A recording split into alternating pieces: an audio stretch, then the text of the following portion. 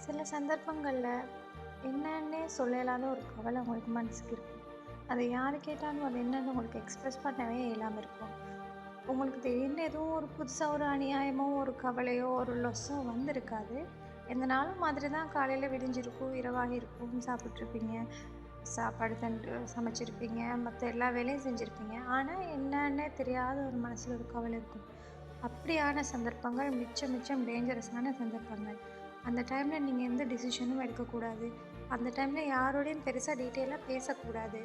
ஆனா கட்டாயமா உங்களுக்கு லைஃப்ல அதுவரைக்கும் நடந்த நல்ல விஷயங்கள் எல்லாத்தையும் ஞாபகப்படுத்தி பார்க்கணும். நல்ல விஷயங்கள் எல்லாத்துக்கும் நீங்க கடவுளுக்கு நன்றி சொல்லணும்.